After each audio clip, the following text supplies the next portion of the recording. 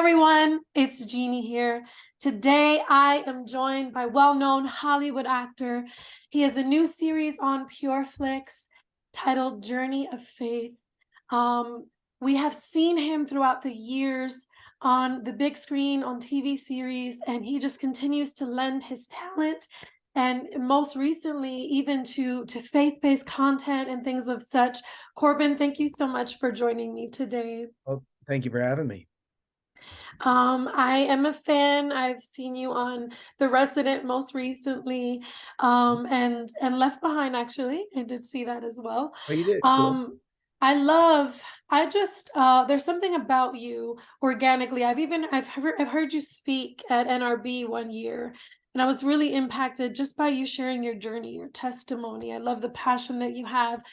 And it's evident in everything that you do. You bring that level of passion. Talk about bringing you and all of you into journey of faith. I love how you really took us through your life. Talk about Right. doing that. Well, it was an extraordinary adventure, journey, if you will, just making the movie Rust 16 years ago, after my father had passed. And just again, somebody's asked me about this. I didn't organically say, well, I've got to fix this and I'm going to explore this. I'm going to do this and God's going to open up his door to this. And I didn't make any of those decisions. I'll be honest with you. You know, sometimes I guess I've never thought about it. It's kind of like falling in love. It's like, you don't like, how'd that happen? And you just suddenly in love, you're in love. And I think this journey of making this film was that organically. So even having guys photograph, because I'm in the middle of nowhere up in Canada, Saskatchewan, not nowhere, a wonderful place called Kipling. And I'm out using all these real people to make this film, and they've funded the film, and I didn't know what I was going to do with it. And then Sony calls up and says, we'd like to get involved all of a sudden. And are you a Christian filmmaker? Yes, I am, without reservation. I never thought of myself. I was writing a story about after I lost my father, a sort of midlife crisis story. And lo and behold, we made this thing. And I really appreciate what you said a moment ago, that you heard me. And I do try to be organic about this stuff. I'm not going to sit here and be the evangelical person telling you to come to Christ. I'm not going to do it in my films. I'm not going to do it in person. What I'm learning for myself, and if somebody wants to glean that from me or my words here or at NRB when I was, is that, you can be all things. You can be all things and have this love in your heart. Now, I see the love is for God, and some people might be just nature, they go out to nature. I go, you get it, you're fine, because they're plugged into what I know as God, you know. And I think you see it through your children. And I'm just real. I want to be real about it. That's the problem I had making faith-based movies, and I sort of stopped making them as faith-based movies, is that there was an element of, you had to put this in there, and you got to you're calling to Christ, and you got to put your this, and you got to put, I said, no, I want real people stories, real people. They know love in their heart, and they know hate, and they know greed, and they know anger, and they know pain, and they know forgiveness. We know all these things, and just inspire people to I hate to be your therapist here, but just lean into it all, because there you'll find God, in at least the way I define God, and the lessons of Christ. All Yeah. people, regardless of your religion, that's another thing. It's your religion. This is my club, that's your club. No, God is this. He either is or he isn't. I mean, that's it. So he can't be for us, not for you, and you for that. I don't believe it. Yeah, it's interesting what you're saying, because my generation, and I think the generations to follow, we don't care about the formula. We need it to be real. Like, I need it to be real. I know life is real, life is hard. Like, share to me about how you got through life. And the good thing is that God doesn't need a lawyer. Like, he is God. And he totally, like, he drew me without anyone having to draw me. You know what I mean? And it's just great. I think it's in that authenticity, the genuineness of you sharing your raw reality, and how the love of God, was even, kind of just drew you to where you are now is beautiful. I don't, I agree with you in that sense for sure.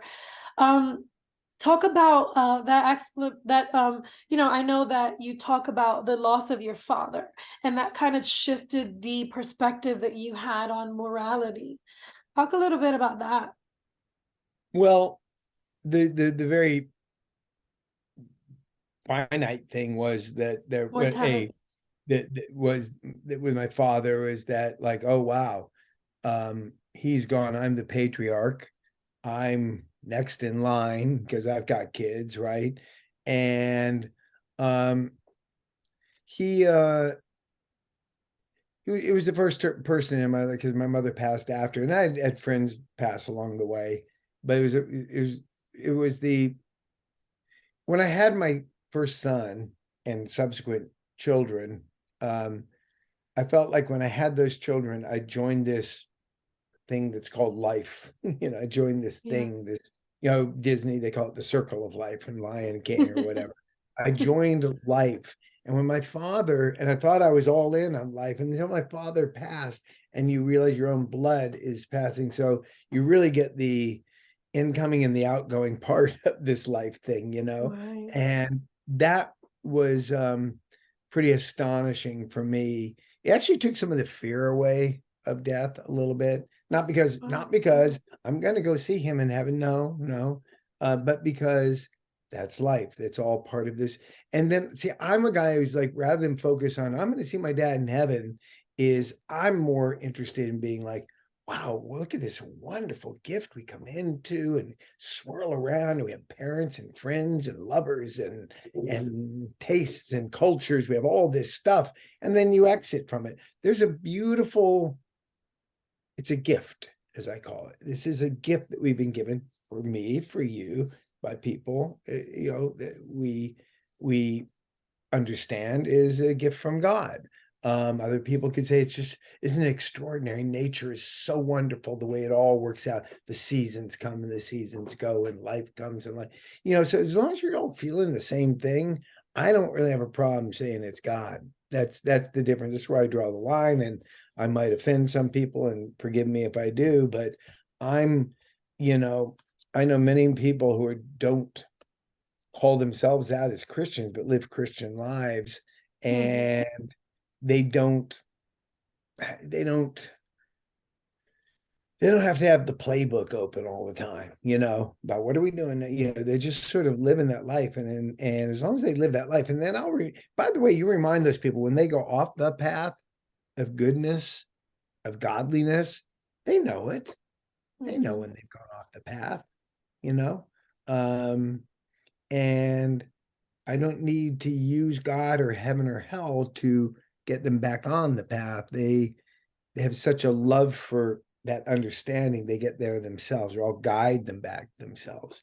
It's when you start saying, well, you better be good or you're going to hell, the old thing, the old school way of doing it. Kids today they're just, you're just not gonna, you're not gonna get to them. They're not gonna understand it, because it's like, if it's not right there, I can't get it. But if you just talk about goodness, you talk about beauty, you talk about the power of forgiveness and the feeling of forgiveness and mercy and grace, they go, oh, okay, you might get them to the place. And I don't care, again, I don't, they want to call it God. I really don't. And maybe I'm pissing people off here, but you don't want to call it God. Is just live a godliness life. And God's doing the rest. He doesn't need everybody to carry the banner for him, as long as they live the banner. What got you to that place where you unapologetically say that it's God for you, and you can talk openly about Jesus and stuff? It's Because just the obviously easiest. It's you easy. kind of crossed. Right. Well, it's just easier for me. I call, that's a tree. Okay, that's God. And I can, by the way, if I'm sitting with another group, I may say nature. I may, because it might be, if I say God, they're going to like, oh, it twists them out. But to just say it for me, the way I view it is God, because I view God, you could argue nature is beneath God. Nature is a creation of God, but Mhm. it's the most extraordinary creation of God. So it could be God when I talk to somebody. For me, it's just easier to do that. And Jesus, I just actually look at as a real individual, who I like to often categorize, and I think there's that, where that movie coming out now, but I grew up in sort of the 60s, the hippie thing. From what I was understanding and learned, there was a lot of Jesus elements in there, about what that movement Mhm. was about. Sure, you take Yeah. away the sex and the drugs, which are these sort of things, rituals of today, if you will. Well, sexual's always been a ritual, but inebriation, if you will, they've always been around. So it's not like it's a new thing. It's just like, okay, well, they were smoking weed. Well, that's like a, federally restricted 401(k) drug classification. No, people have been inebriated their whole lives. They had wine. They enjoyed inebriation of, again, if you could look at the grape as this thing of God. So anyway, the hippies and I sort of always grew up with, and it was Jesus, just seemed like, just from what I read and heard in stories and learned in Sunday school, was just a pretty right on dude for living the way he did, the prescription for living. So I had no problem saying I love Jesus. Yeah, sure. I love Jesus. I love Jesus' teachings. Mhm. So for people of faith who will watch your film or your series, what do you want them to take from it? Honestly, people who watch it who understand their faith, is more of entertainment, if you will. I haven't written the requisite autobiography. I guess you're supposed to do somewhere between 60 and 70, or maybe 75. But Coming soon. I no, well, it is. It's in the form of this, because here's the truth of the matter, that I can write all the words in the book and somebody can edit it. I can make myself look dandy and rosy and get myself through periods, and you might you're sort of once removed, you're reading it and imagining it. If you watch this film, which is a culmination of many things after my father passed, you see my child. I mean, I could tell you, yes, go look up Google, you can Google the facts of where I grew up and who my mother was and all that. But within this, I talk a lot about who I am, where I've come from, and how I feel. And so in a strange way, this is the most truthful autobiography that I could do at this point in my life, because you're going to see me being angry. You're going to see me making a faith-based movie. He gets really angry, and we all but bleeped out the words that you don't want to hear in a faith-based project, right? You see the love, you see the just honest of the mystery of this incredible gift. You get a sense of who I am, where I've come from, and there's a lot of stuff autobiographically in there about me as a kid. So you can see that as well. That's awesome. This is Talk about my living autobiography. Yeah, well, that's cool. I mean, for me, I'd rather watch it for sure, with all the photos and all the Yeah, clips you're that gonna you have. a book is like, okay, I'm going through like page 40. Oh, that's cool. Yeah, Tommy went to Beverly High. That's a good story. But you watch me in action in the mid of my life, because remember, this is done 16 years ago. So I'm about 50 or 51 or something. Um, you're gonna get a good capture of who I am and where I'm going. Yeah. So where are you going? What would you say I'm about going that? crazy. I Aren't we all? Isn't the world? was gonna say, that's I what I was am gonna say. really truthfully inspired. I no longer probably will make anything called a faith-based film. A faith-based film meaning sits on that video shelf at Blockbuster under faith-based religious movies, or the aisle, Mhm. whatever, I'd rather make all my projects. I want to rejoice in this human experience, this gift, if you will, the good, bad, and the ugly. You can't have all the joy without the pain, the sorrow, and the uh, all aspects of it, if you will. So that's in all my projects. And I'm also keenly interested in this period of my life. When we write, I was taught playwriting, actually, and then we did first, second, third acts, and the third act was always sort of resolution of the basic problem, and then the actions of the middle act and the resolution. I'm interested, as I'm 68, the resolutions of the resolves, if you will, not resolutions, but the resolves of, the addition of your life, where it gets you, health, mind, body, soul, spirit, all of it. And, you are the sum total of your life at this point in life. And there, for me, on a personal level, there's a vitality that I think I'm enjoying sharing, that you can't write off people that are over 60, not anymore, certainly. They're, Yeah. well, we have a president who's 80, we're going on 80, and Jimmy Carter just has made it to 98. So we have this longevity, but I think there's this vitality. And really, there's a lot of people my age. Obviously, there's a whole generation of it. They grew up with me and Arnie Becker and Roger Dorn, Major League, and Psych, and all my faith-based movies. And I think there's an audience to serve talking about stories. I mean, I've just written a story about a sort of an old hippie pool guy in California who meets a woman, an African-American woman who's just lost her husband, who's a lawyer, a very affluent lawyer. And they form this relationship. And, and it's like, it's a little Romeo and Juliet. As much as their families think they've come to these new terms, it's like, where are they really? I just, people like, you're trying to prove a point. No, I'm not proving a point. I just like her. It's not a color. It's not and Ooh, these two people are actually kind of just falling in love, and it's not for any purpose other than love, and wow. perhaps a need for one another, a human need.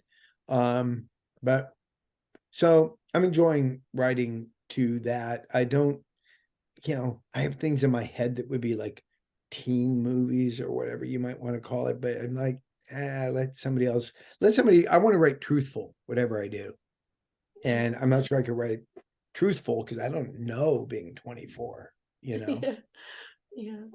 Well, that's awesome, and I thank you for wanting to lend your talents to writing stuff too. Not because you're a very talented actor. You've been, doing that for so many years. So it's great to have you on the other side, writing truthful stuff, and then knowing too that you have, that the inspiration too in you to share also truthful but hopeful stuff too, because we Yeah, need well, that. that's what I want to do. I don't have a lot of dark movies that don't resolve. I have one Yeah. or two, and even in there, one of the biggest problems, I have some horror movies and things that I think there's great value in studying what happens in a horror movie, because Mhm. sometimes life is horrific. Yeah. It is truly horrific, whether it's out of fear or real incidents that happen or whatever it is. Life can be very horrific and scary. Yeah. But how do we see our way through that? Where's the, if you're watching that film and he's watching and she's watching, they all feeling like a little better about life because I'm not so alone that this kind of thing happens. Yeah. Uh, I think there's a great comfort in knowing that we're all, take away the skin, if you will, and the blood runs blood red through Yeah. all of us the same way, and the Yeah. body works in the same way. And I think that's to help people understand their commonality, especially today when we seem so divided. I think Yeah. it's sort of a goal of mine in my projects. That's awesome. Well, thank you so much for your time. Is there anything else that you'd like to share with us? No, just God bless everybody. Be good to one another and practice forgiveness. And every day wake up and say three things you're grateful for.